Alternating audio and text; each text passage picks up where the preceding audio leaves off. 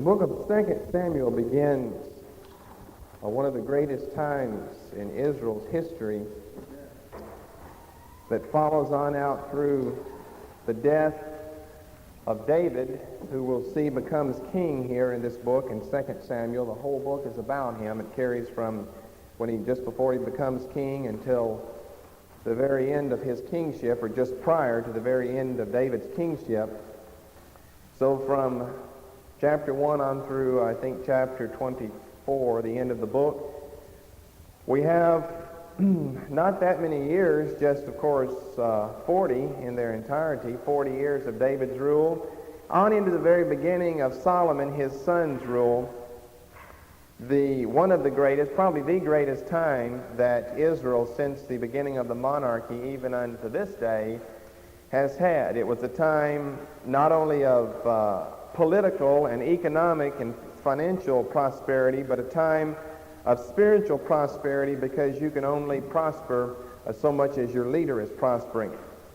And because David is such a great man of God in the Old Testament, the man after God's own heart, the sweet psalmist of Israel, the prophet, Acts 2 says, the prophet of the Old Testament, the type of Christ, and on and on and on. Because he fulfills all these capacities, then the people under him are able to prosper like Israel never prospered since that time. Financially, under Jeroboam II, which was in the northern part of the kingdom, they prospered to the same degree. But remember, he was not a good king, and so this was their true time of spiritual and financial, economic, political prosperity here in the book of 2 Samuel, and on through the beginning of 1 Kings, before Solomon begins to make some of the mistakes that he does. Now, if you will go back to our notes on the beginning of Samuel and Kings to look at those purposes that we saw. Back to, let's see, that'd be some of the early chapters in 1 Samuel.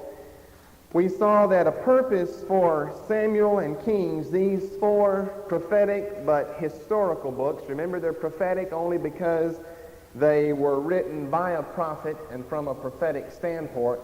Chronicles is different because Chronicles is written from a priestly standpoint. But these four books, the general purpose is to provide a history of the rise and fall of Israel and Judah under the monarchy. Now, these different purposes are pegs that we can hang other truths and other facts on, and therefore it's very important that you understand the general structure of these books, including their purpose, so you'll know where to find certain materials. For instance, you have to read Samuel along with Kings to get the full picture from the beginning of the monarchy to the end, but that's not true with Chronicles, because you see 1st and 2nd Chronicles are an entity in themselves. They start with King David, or really with Saul and his death, I think in 1st Chronicles 10, and go on through the end of the kingdom in 2nd Chronicles, I believe 36, so you've got all of it there in just that one book, or those two books, Chronicles. Whereas in Samuel and Kings, you have to read the books together to get this whole picture. Then 1st and 2nd Samuel, and if you have to think along this line so you'll be able to follow our same train of thought. We have a history, you've already got this early in your notes, we have a history from the end of the Judges to the last years of David's life. Now you have to think of what that comprises. That's 1st and 2nd Samuel. From the end of the period of the Judges to the end, or around the end of David's life. He actually lives over into 1 Kings for a couple of chapters, I think. But for all practical purposes, 2 Samuel 24 ends his kingship. Now, 2 Samuel deals entirely with King David. Remember, 1 Samuel starts off with Samuel, chapters 1 through 7, then Saul, 8 through 15, and then David from 16 through 31. Now, we know more about David than any of the other kings because, well, for that one reason, the whole book of 2 Samuel is devoted to his kingship entirely, along with, of course, the second half of the first book of Samuel, also as covering his kingship. Then we gave you a purpose for 1 Samuel. That was to establish the monarchy. Now we come to a purpose for 2 Samuel. We've got a historical purpose and then a spiritual purpose for 2 Samuel. First of all, to provide a history of David's kingship, which is rather obvious. 24 chapters. He becomes king in chapter 2, so really you've got 23 chapters of a history of David's kingship. And then what we might call the spiritual purpose is to establish the Messianic Davidic throne, which is found in chapter 7, which, by the way, would be the most important chapter in the book of 2 Samuel. 2 Samuel chapter 7. The spiritual purpose, here located towards the beginning of the book, is to establish the Messianic throne. Now, we have seen on several places earlier, such as in 1 Samuel 2 and verse 10, some of these minor references, or I shouldn't call them minor, but they're a little more obscure than what we're going to see in 2 Samuel 7. We've already had some prophecies of the Messiah, of an anointed Messiah that would rule and that would reign in Israel. But God doesn't give a full development of that particular theme under Saul's kingship. He waits for his ideal king, and that is King David. Now, David, with all of the flaws that he had, nonetheless was the ideal king in the Old Testament because he had a heart that was right toward God. Now, he didn't always subdue the flesh and walk with the life that he had, but he did have a heart that sincerely and forever sought after God, and that's what makes him the ideal king of the Old Testament. However, his son, the greater David, of course, is the king of all kings, much more ideal than David would have been in the Old Testament. He was tempted in all points, but without sin, whereas the first David was tempted in all points, and he fell in some of those points also. But in the Old Testament, you've got to remember they had only a certain amount of light. Don't ever criticize them. They didn't have the Holy Spirit in them. They had the Holy Spirit with them, walking with the light they had, not the baptism of the Holy Spirit, not the understanding, not the revelation that we possess today. And of course, the ironic thing about that is that why do we see so many Old Testament saints walking in so much more victory than people in a new and better covenant? That's the ironic thing about it. They didn't have the baptism of the Spirit and had less light and less revelation. But nonetheless, they could walk a lot closer to God than so many so-called Christians today. Well, what I left you with last week was a comparison of the last chapter of 1 Samuel and the first chapter of 2 Samuel, because herein we have probably the most problematic text and passage of the book of 2 Samuel, and that, of course, deals with the Amalekite story concerning the death of Saul. Now, you probably read it at home already, but we'll just read these verses again to see if we can get at the bottom of a reconciliation between these two chapters. So we'll have to go back. You'll open your Bible to 1 Samuel 31.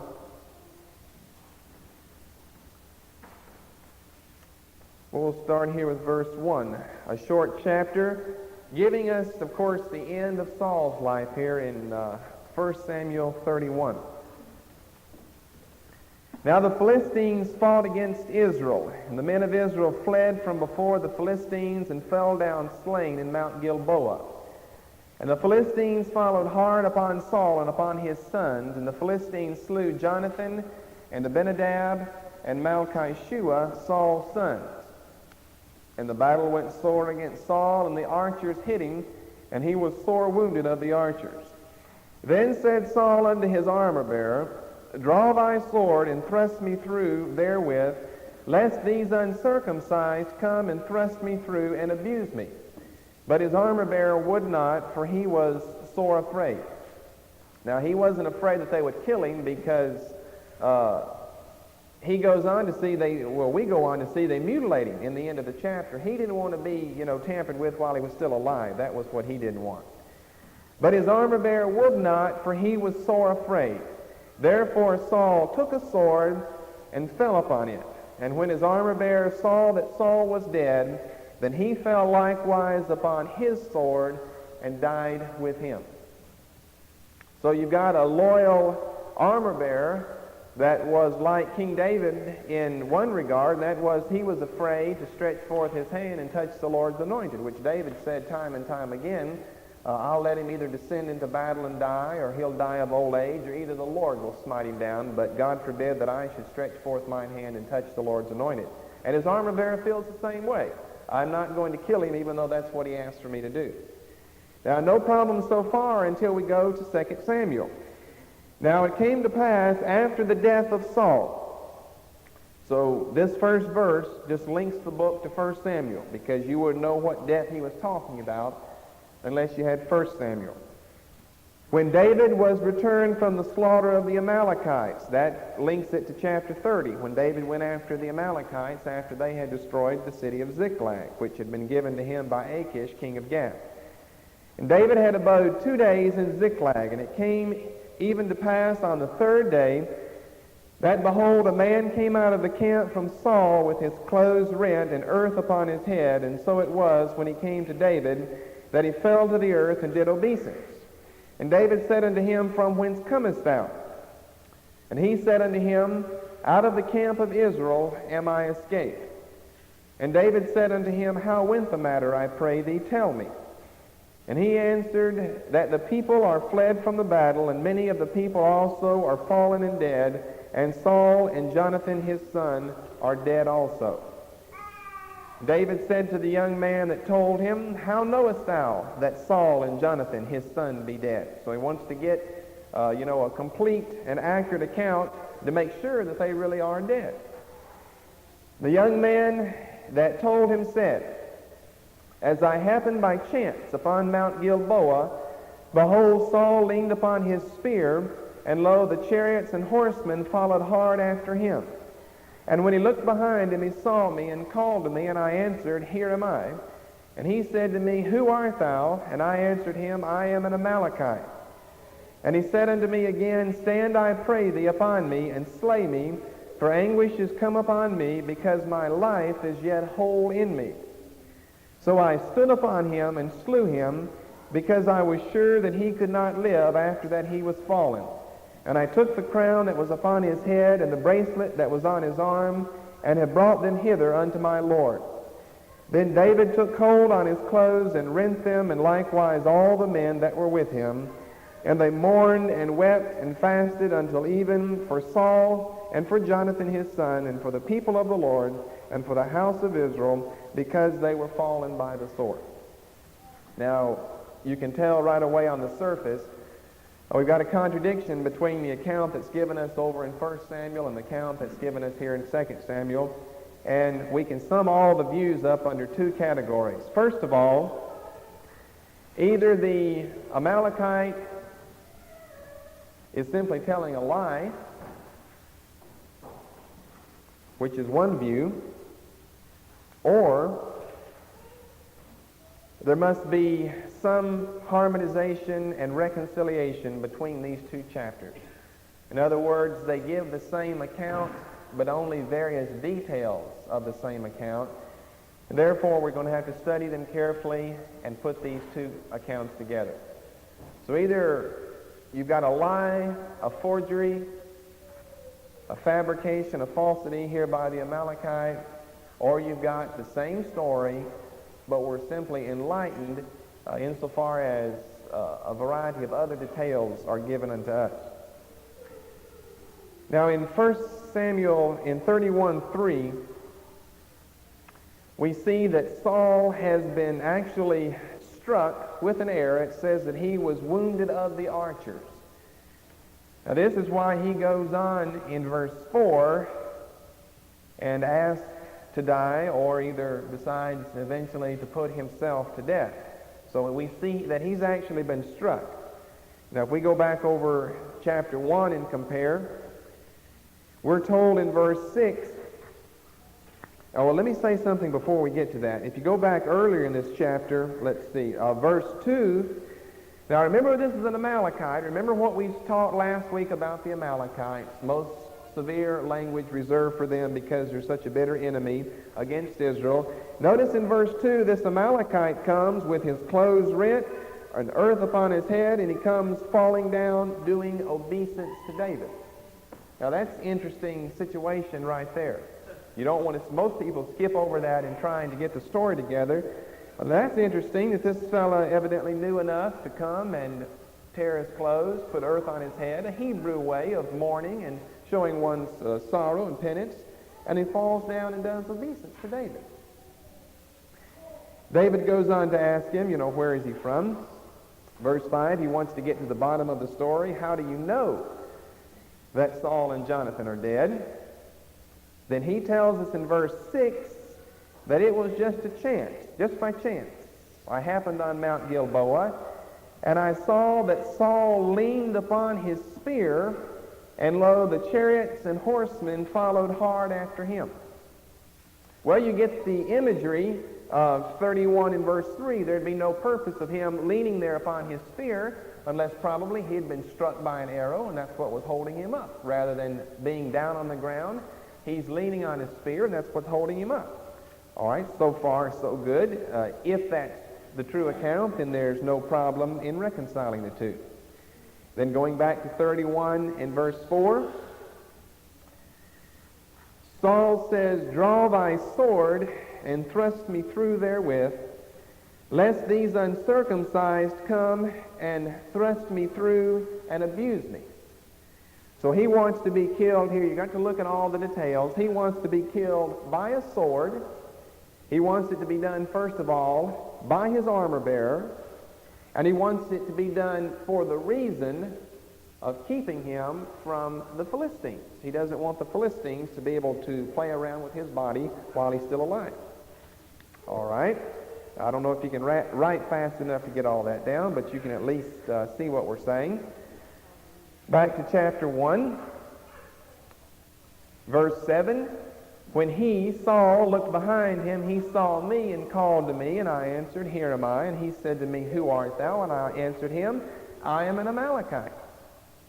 He said unto me again, "Stand, I pray thee, upon me, and slay me, for anguish is come upon me, because my life is yet whole in me." Now, first of all, the Amalekite had said in verse 6 that Saul was leaning on his spear. Now in verse 9, he evidently is down on the ground because he says, "Stand upon me and smite me." Now we don't have any problem with the fact possibly he was leaning on his spear and then, fell down to the ground afterwards. I mean, you have to think and try to picture it to see, what's going on in both of these accounts. Notice his reason here. He said, "I'm still alive, and I don't want to continue living. All of the armor and everything that he has on," he says, "is weighting me down, is keeping me caught here," and he asked to be killed. Verse 10, "So I stood upon him and slew him, because I was sure that he could not live after that he was fallen." Now we're told right there that he actually fell to the ground. The Amalekite is saying, "I saw him whenever he was leaning on his spear," in verse 6. "By the time I had gotten to him after he had called me, he had already fallen." And so verse 10, "With him on the ground, I slew him, because I was certain that he couldn't live any longer." In other words, he could tell that he was just about to die. Then he said he took the crown on his head, the bracelet that was on his arm, and have brought them hither unto my Lord. Okay, let's go back to chapter 31. This is how you have to compare these things to see what's the truth here. Verse 4, "Then said Saul to his armor-bearer, Draw thy sword, thrust me through therewith, lest these uncircumcised come and thrust me through and abuse me. And his armor-bearer would not, for he was afraid. Therefore Saul took a sword and fell upon it." Now, you know what that means. You just plant the butt of the sword in the ground and get it aimed at your stomach, and then just lean over on it, and it'll go all the way through you as you lean over on it. Now this is but another reference here. I think some of you, or to me, you appeared a little surprised when I said last week that Saul was an unregenerate man. He commits suicide here. There aren't any suicides in heaven, you see. No suicides in heaven. Judas certainly didn't make it there. Acts 1 said that he killed himself so that he might go to his own place. Now here Saul is actually committing suicide if what's given here is true. Regardless of whether he succeeds or not, regardless of whether the Amalekite comes on the scene later and finishes it, Saul at least attempts to take his life according to 1 Samuel 31. So obviously Saul is not a regenerate man. Don't raise the question, well, how could God choose a king that's unregenerate to reign over Israel? Because remember, God is actually the one who chose him in the very beginning. But remember that after he chose them, nothing bad or wrong is said of Saul in the beginning. It was after God chose him that he rejected him twice for his disobedience. Once saved, always saved.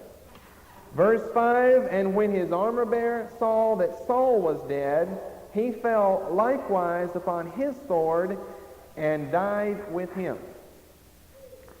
Now, if what the Amalekite has said is true, then he gives no mention at all of the fact that Saul either killed himself or at least attempted suicide, as we see back in 1 Samuel 31. He gives no account of that. The only thing that we could assume, that would be from verse 6, is that probably Saul in some way is wounded because he's leaning upon his spear. Now, if you've just put the sword in the ground and fallen upon it, you'll be down on the ground then. You obviously wouldn't be leaning on your spear. If you had been hit by an archer, which we're told he did, that's what did take place, then you very well could be leaning upon your spear, losing blood or whatever before you'd fall down in a moment or two. That being the case, we've got the interesting dilemma of Saul's armor-bearer. People look over him, they're always majoring on Saul and the Amalekite and forget about this armor-bearer. If the Amalekite was the one who came and slew Saul after he'd been hit by an archer, which would mean that 1 Samuel 31 is not true, then I don't think his armor-bearer would let him do that. His armor-bearer would still have been alive then. We have no account of him being dead. And as soon as the Amalekite came, of course, Saul's armor-bearer would have protected him. Now, the thing you have to remember is that 1 Samuel 31 is the biblical historian's account. This is the holy writer's account of what happened, because he's just reporting what happened here. 2 Samuel 1 is the Amalekite's account of what happened. Now, that's not a minor detail. That's a very important detail there. Because no one survives the battle of the Israelites back in chapter 31. They're all killed. Therefore, whoever this historian is, whoever wrote 1 Samuel 31, one thing we know, it certainly wasn't the Amalekite, because he would have contradicted himself when he started writing 2 Samuel then. So whoever the biblical historian was, he got his account from someone possibly that was not in the battle, but that could have seen the battle, just as the Amalekite claims that he did. Now, since 1 Samuel 31 is the biblical historian's account, and 2 Samuel chapter 1 is the Amalekite's account, we have to ask ourselves the question, who are we going to trust here? All 2 Samuel 1 is doing, friends, is recording what the Amalekite told David. It doesn't say whether it's right or wrong. It just tells us what the Amalekite told David. Now, if we didn't read down to verses 13 to 15, but if we look down to verses 13 to 15, we know that David did indeed believe what the Amalekite told him, because he didn't have 1 Samuel 31 to read and see what the true account was. But just because David believed what the Amalekite told him doesn't mean that that was a true story, though. You see what I'm saying? He didn't have anything to go by. No one survived the battle that he knew. This was the first fellow that came to him. And so he tells David what happened. And verses 13 to 14, David ends up killing the man because he killed Saul. So obviously he must have believed the Amalekite story. So what we end up with here is, of those two views that we gave you, there's no way you can reconcile these two views. Go back to 1 Samuel 31. Notice this, the end of verse 4. because a lot of people will try to reconcile the two. We just got, in places you can reconcile it, as I showed you there. There are some places that you can. You see, this Amalekite, he's not fighting. Remember, he's an enemy of Israel at this time. The Amalekites are. He's not fighting in the battle against the Israelites or against the Philistines. He's simply a spectator on what happened. He said, by chance I was on Mount Gilboa, and he saw these various things taking place. But here in the end of verse 4, what does the biblical historian say? Now, this isn't an Amalekite telling someone about it. This is the account written by whoever wrote 1 Samuel 31. But his armor-bearer would not, for he was sore afraid. Therefore Saul took a sword and fell upon it. And when his armor-bearer saw that Saul was dead, then he fell likewise upon his sword. So what does the Bible tell us there? Saul's death was caused by his own sword when he fell upon it. That's what verses 4 and 5 tell us. Now you say, well then what about this account here in 2 Samuel 1? Well, let's go down and look at the end of verse 10. We have a very wily Amalekite on our hands. I took the crown that was upon his head, the bracelet that was on his arm, and have brought them hither to my Lord. You see, a lot of what the Amalekite has said is true. I mean, he actually had the crown and everything, so he must have been there whenever whatever took place. But what we know to be the case is that the Amalekite indeed is telling a lie. Remember back in 1 Samuel, the song was even sung among the Philistines that David has slain his 10,000s and Saul only his thousands. The nations all around Israel knew there was a personal political conflict between Saul and David. Therefore, this Amalekite, he didn't kill Saul. He probably saw everything that happened, though. You see, he even said that he was a witness whenever Saul was leaning upon his spear. So that's what we have to assume, that the Amalekite was a witness. He saw Saul commit suicide, and he saw his armor bearer. He wasn't about to go up there and try to take both of them. He laid back there until they had killed themselves. Once they had done that, he sneaks up there, takes the royal apparel off of King Saul, takes them back to David. He knows enough about the Israelites' customs to rent his clothes, put dust on his head, bow before David, and appear like, oh, this is a great bad thing that's happened to Israel, all to gain favor and perhaps reward from David, because he knows that David will be the king that follows in Saul's footsteps. So this is what we have. Verse 13, David said to the young man that told him, Whence art thou? He answered, I am the son of a stranger and Amalekite. And David said to him, How wast thou not afraid to stretch forth thine hand to destroy the Lord's anointed? And David called one of his young men and said, Go near and fall upon him. And he smote him that he died. So you see, David believed the story that the Amalekite had given him. No doubt later on he probably found out that it wasn't true. But the man deserved to be put to death regardless, because he's lying to David, hoping to gain favor and maybe some position in King David's new kingdom that was just inaugurated here upon Saul's death. So I don't think that should pose any problem anymore. No reconciliation, but we've got a falsity and a fabrication given by the Amalekite, hoping to gain some type of privilege from David, who he knew would be the new king. Then in verses 17 through 27, we have a great lamentation that David gives over Saul and over Jonathan. Now it doesn't mention the other two sons as it mentions Saul and Jonathan, because of course the position that Saul and Jonathan had is as being friends of David. At least Saul was formerly a friend of David. So it's a beautiful lamentation. Verse 19. The beauty of Israel is slain upon thy high places. How are the mighty fallen? Tell it not in Gath, publish it not in the streets of Askelon. Those are Philistine cities there. Lest the daughters of the Philistines rejoice, lest the daughters of the uncircumcised triumph.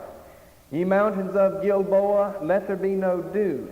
Neither let there be rain upon you, nor fields of offerings, for there the shield of the mighty is vilely cast away, the shield of Saul, as though he had not been anointed with oil. Verse 23, Saul and Jonathan were lovely and pleasant in their lives, and in their death they were not divided. They were swifter than eagles, they were stronger than lions. Ye daughters of Israel, weep over Saul, who clothed you in scarlet with other delights, who put on ornaments of gold upon your apparel. How are the mighty fallen in the midst of the battle? O Jonathan, thou wast slain in thine high places. So what we see is David gives a very beautiful lamentation, not only over Jonathan, but over Saul, the very one that chased him for 15 or 20 years trying to kill him.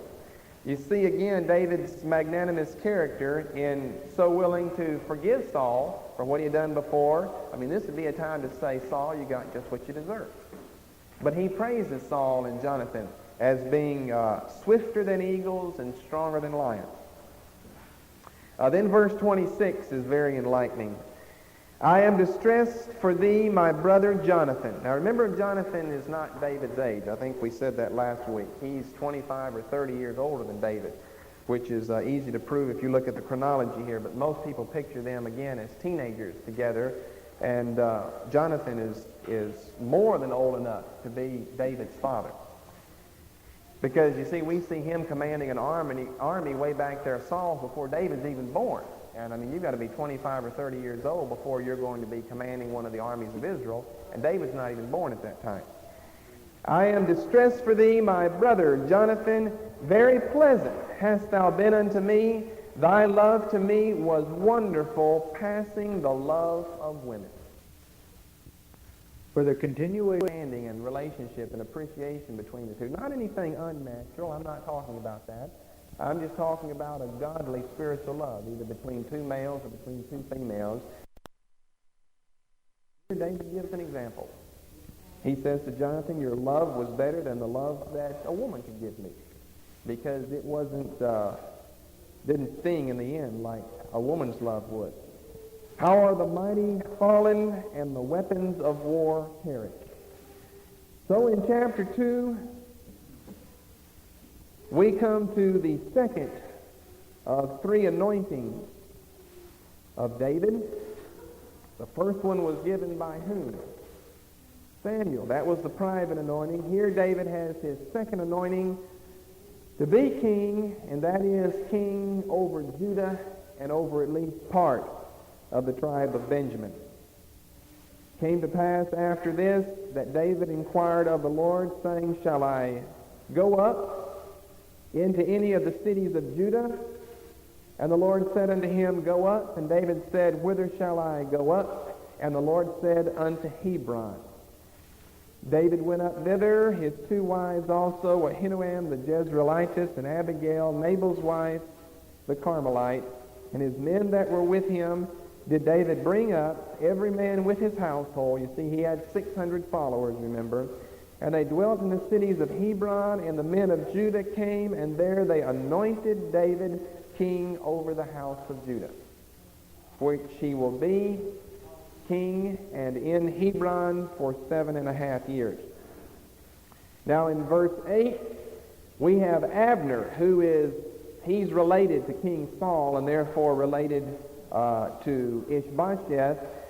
Abner takes Saul's surviving son, Ishbosheth, and anoints him to be king over Israel. Now you see, this is long before the actual and formal and final division between Israel and Judah. We've seen in 1 Samuel, we've even seen way back earlier than that, hints of the final division that would come between Israel and Judah over in 1 Kings chapter 11, I believe, after the death of King Solomon. But here we see again one of those very profound hints, more profound than any that we've seen heretofore, that you've actually got a king over Israel, Ishbosheth, and a king over Judah, and that is David. Verse 10, Ishbosheth, Saul's son, was 40 years old when he began to reign over Israel, and he reigned 2 years. But the house of Judah followed David, along with some of the Benjamites. Now remember, since Saul was from the tribe of Benjamin, a lot of them followed Ishbosheth. You don't have all the Benjamites following the king of Judah until later on in the history. And the time that David was king in Hebron over the house of Judah was 7 years and 6 months. Now in these next chapters 2 to 4, I don't know if I gave you that whole division. Chapters 2 to 4, we have David king over Judah at Hebron. Now he's not king in Jerusalem, well really for two reasons. First of all, the city still belongs to the Jebusites. He's the one that's going to take it later on here in the account. And secondly, Hebron is more centrally located if you're going to reign only over Judah. That's why you'd want to rule in Hebron, because it's more centrally located in Judah rather than Jerusalem. But in the next few verses, we have an interesting fight at the pool of Gibeon, of which I'm going to show you several pictures, a remarkable thing. I think 37 feet in diameter and 35 feet deep, cut down through solid rock. That's amazing, and this is the very pool, and we've discovered it recently, and this is the pool that's mentioned here in 2 Samuel 2. Now you've got Abner, who is the captain of the host of Israel, and of course Joab, who is a cousin, by the way, to King David, and he is captain over the armies of Judah. And of course there's a bitter hatred between Joab and Abner. Joab is always the antagonist, and he ends up dying under King Solomon after David dies, because he's always murdering anyone that ever tries to take over his position. He's an opportunist, and he murders Amasa later on, who was someone that David wanted to appoint over his armies, just as he murders Abner, who later comes over to the side of David.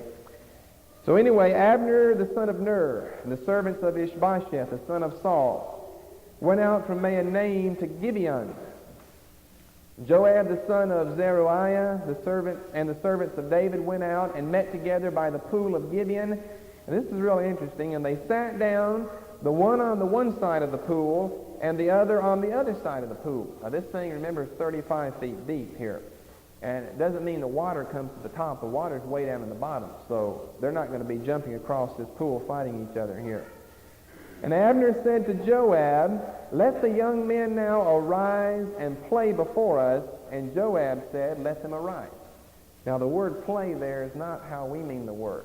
What he meant is let's have a specific military conquest, a battle here. You're going to have a select group of men, some of the best from Israel fighting some of the best from Judah, to see who wins. I think it mentions, 12 men. You're going to have 12 of the Benjamites, those that are following Abner, and 12 people from Judah, servants to King David, that are going to fight. Kind of a preliminary to see who's the best before they actually start the main battle. Then there arose and went over by number 12 of Benjamin, which pertained to Ishbosheth, the son of Saul, and 12 of the servants of David. And they caught every one his fellow by the head, and thrust his sword in his fellow's side. So they fell down together, wherefore that place was called Helkath Hazurim, which is in Gibeon. And there was a very sore battle, that is, after their preliminary contest that day, and Abner was beaten, and the men of Israel before the servants of David. So what you have here, the 12 men, 12 fighting 12, and all 24 end up dying. The 12 kill the 12, and these 12 kill the 12, and they all kill each other. That's why you've got a null and void. No one won, so they had to start the main battle here to see who's going to win. Now I want to show you a picture of what this pool looks like since it's been discovered recently. It's just a remarkable thing. Let me take the cover off the book. I don't want anyone to tear the thing up. Why don't you pass this around? There's two different pictures. This shows very clearly the way down into the pool, and then the second book, if it ever makes it around to all of you, will show you all the way down to the bottom. But then at the bottom, then you had to take another little tunnel that led you off to the side. It means you'd be under 35 feet of solid rock where there was a pool of water. Now the reason they had made this was inside the city walls there, was so that they would have a water reservoir in case they were attacked. But you just look at this, you can see the steps that go all the way down in there, and it's remarkable that they could cut through 35 feet of rock and make something that looked like that. That latter one is a little small compared to the other one. I don't know if you can look and write at the same time, but we can't pause. We got to keep going. Now, in the rest of chapter 2, we've got the spark that's going to cause the conflict between Joab and Abner. That's because Abner kills one of Joab's brothers. Joab has a little hothead brother named Asahel who was just determined he was going to make a name for himself by killing Abner. And of course, Abner's too good for him. Abner kills him. This is found starting with verse 18 there on through the end of the chapter. Abner's too good for him. Abner kills the fella, and this, of course, enrages Joab, who swears that he will get his due recompense later on. In chapter 3, well, let's look at verse 1. Now, this characterizes the conflict between the northern and the southern kingdom in chapter 3 and verse 1. Now there was long war between the house of Saul and the house of David, but David waxed stronger and stronger, and the house of Saul waxed weaker and weaker. So already before we get to the end, you can tell where things are progressing.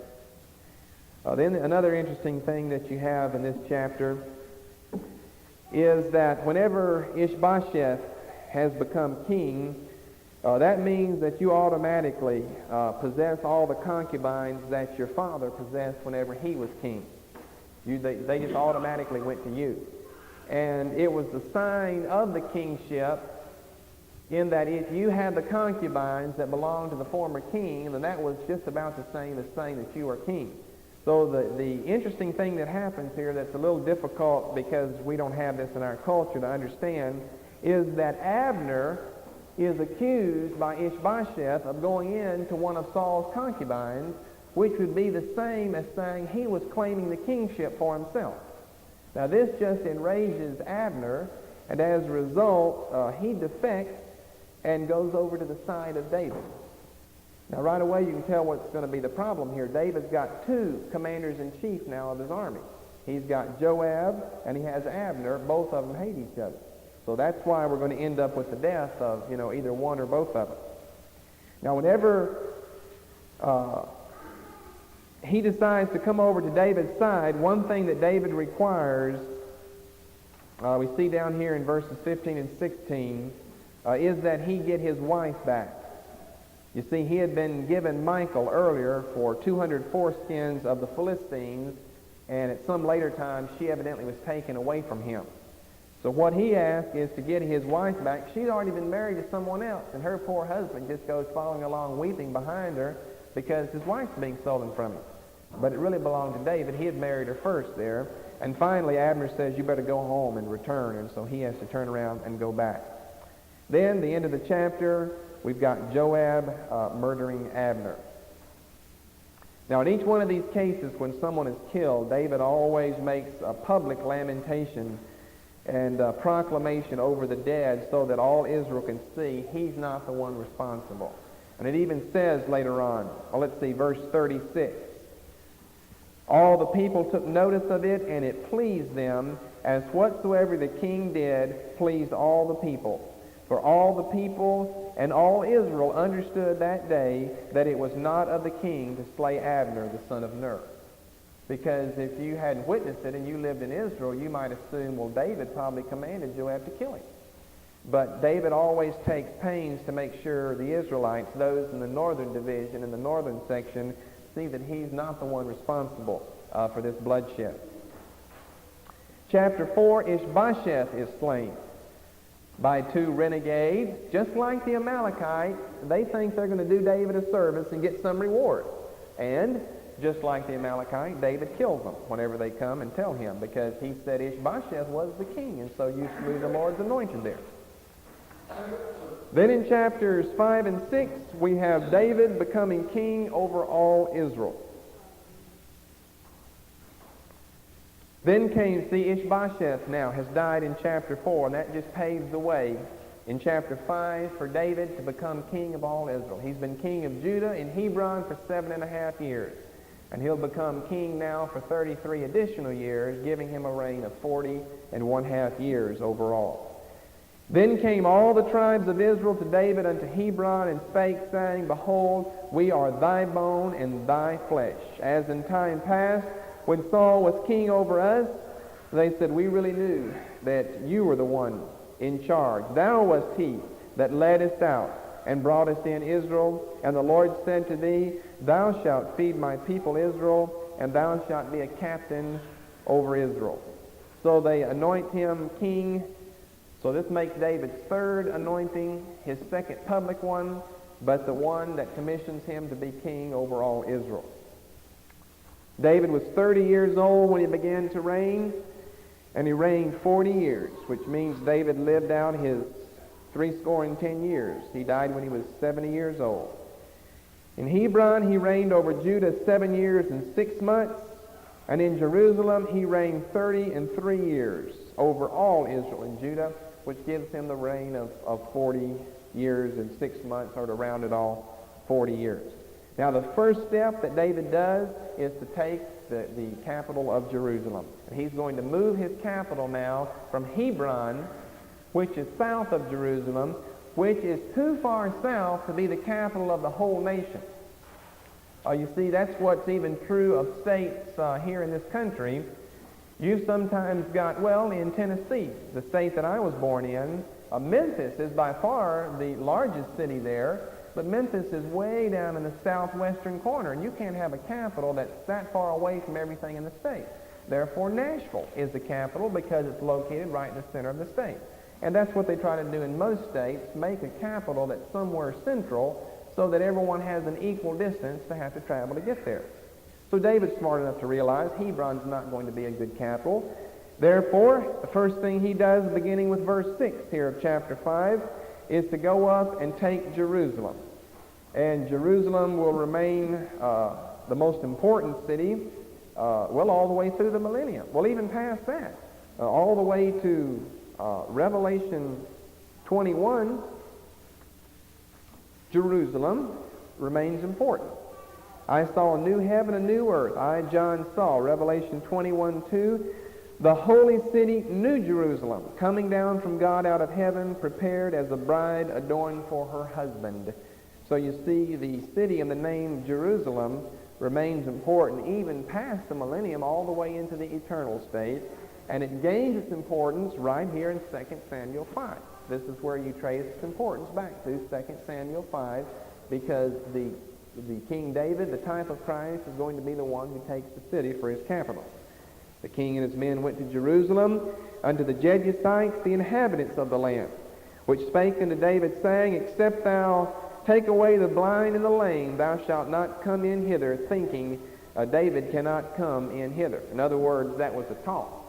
Said, you'll have to fight through the blind and the lame before you can make it in here. In other words, we don't need to fight you. The blind and the lame can keep you out, because it was a well-fortified city, which was another reason why David wanted it to be his capital. Nevertheless, David took the stronghold of Zion, the same is the city of David. Two cities in the Old Testament are called the city of David. One is Bethlehem, one is Jerusalem, where he was born and where he was king. David said on that day, Whosoever getteth up to the gutter and smiteth the Jebusites and the lame and the blind that are hated of David's soul, he shall be chief and captain. Wherefore they said, The blind and the lame shall not come into the house. So David dwelt in the fort and called it the city of David. Now there's been a lot of recent discussion concerning the word gutter in verse 8. This was a stronghold. How did they actually take the city? Well, David tells us, whosoever goes up into the gutter. Well, what in the world does that mean? William Foxwell Albright, who was this century's leading archaeologist, biblical archaeologist, although I might add liberal, not conservative, says that the word should be translated hooks. And what they did was to, throw a three-pronged hook over the wall, attach that to the wall, and climb up the outside. But traditionally, it's always been understood that this is some type of water chute, like the Pool of Gideon that we saw earlier. It's some type of water chute that leads into the city. Just like the Siloam tunnel that we'll study later on that Hezekiah cut, that is still there today, and we got the Siloam inscription off of the tunnel of this wall. The little thing 2 or 3 feet wide, 6 feet tall, carried water in it, but you also could walk in the thing, and it brought water into the city whenever they were under siege. Now perhaps this gutter or water spout, or however you want to translate the word, it's translated water spout over in the book of Psalms, but it has something to do with water, in other words. So probably they were able to sneak in this particular tunnel that led water into the city, and they were able to take the city. David perceived, verse 12, the Lord had established him king over Israel, and that he had exalted his kingdom for his people Israel's sake. Then we see in the end of that chapter 2 battles. David doesn't do just a whole lot of fighting because he's so good at what he does, and he already fought so many people before he ever became king. He doesn't have to do a lot of fighting.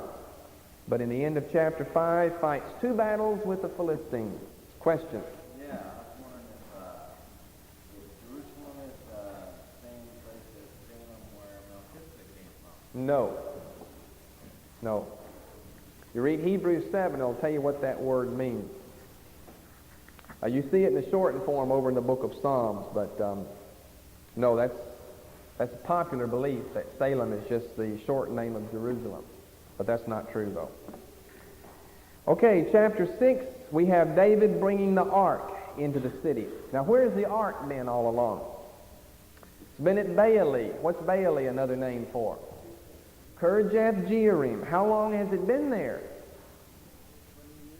20 years? Why do you think 20 years? You saw that somewhere. Well, let's go back and look at that passage. You're right. You saw that back earlier in 1 Samuel. 1 Samuel 7. Well, we got to consider some chronology here as far as 20 years goes. Now, 1 Samuel 7 is before Saul has become king, right? They asked for a king in chapter 8. We know that he reigns for 40 years. You know that much, too. You know that David rules in Hebron for 7.5 years, and that's before 2 Samuel 6. There you've got Saul's 40-year reign. You've got 7.5 years of David's reign before it could be brought. Now look here in verse 2. It came to pass while the ark abode in Kirjath-jearim that the time was long. How long was it? It was 20 years. Well, 20 years until what? It was 20 years from the time they took it there until verse 3. We're back in 1 Samuel 7 and verse 2.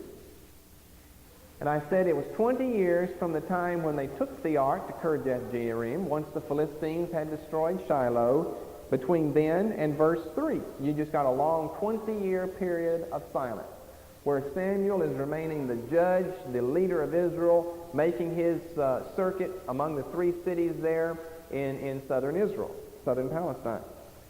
So what we've got here was 20 years up until this time. It stayed there 40 years while Saul was king. It stayed there 7.5 years while David was king in Hebron, which means it stayed there almost 70 years. So the ark stays in Kirjath-jearim for 70 years, almost 70 years. Now, it doesn't make any mention here in 2 Samuel 6 of David bringing the tabernacle anywhere. Where was the tabernacle? Or where had the tabernacle been?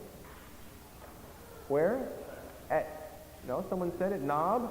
It had been at Nob. Remember, David went there to see the priest Ahimelech, and he gave him the shewbread and the sword of Goliath there, and that's where the tabernacle was. It had been permanently separated from the ark.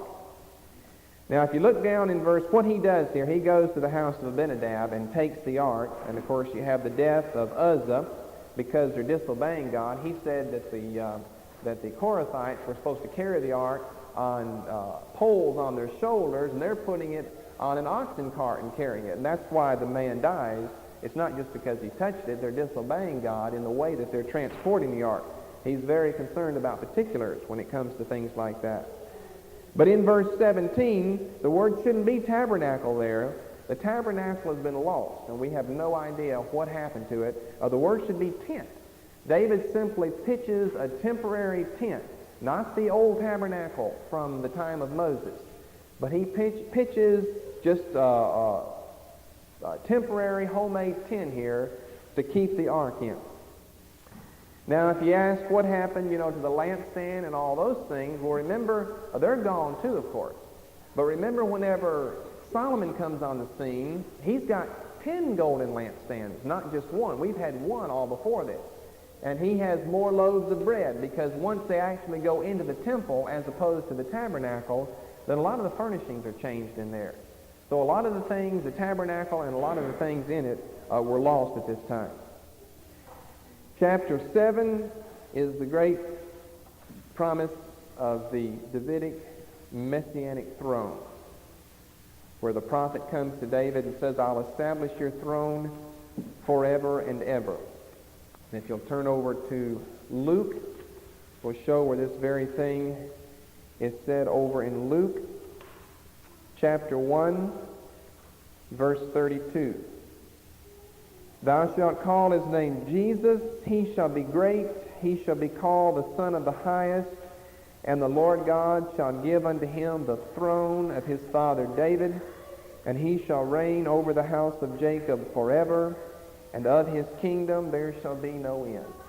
So that mentioning there by the angels is in direct fulfillment to what is said back here in 2 Samuel 7. We have to go down to verse 12. When thy days be fulfilled, and thou shalt sleep with thy fathers, I will set up thy seed after thee, which shall proceed out of thy bowels, and I will establish his kingdom. Now he's speaking of Solomon, and he's speaking of more than that.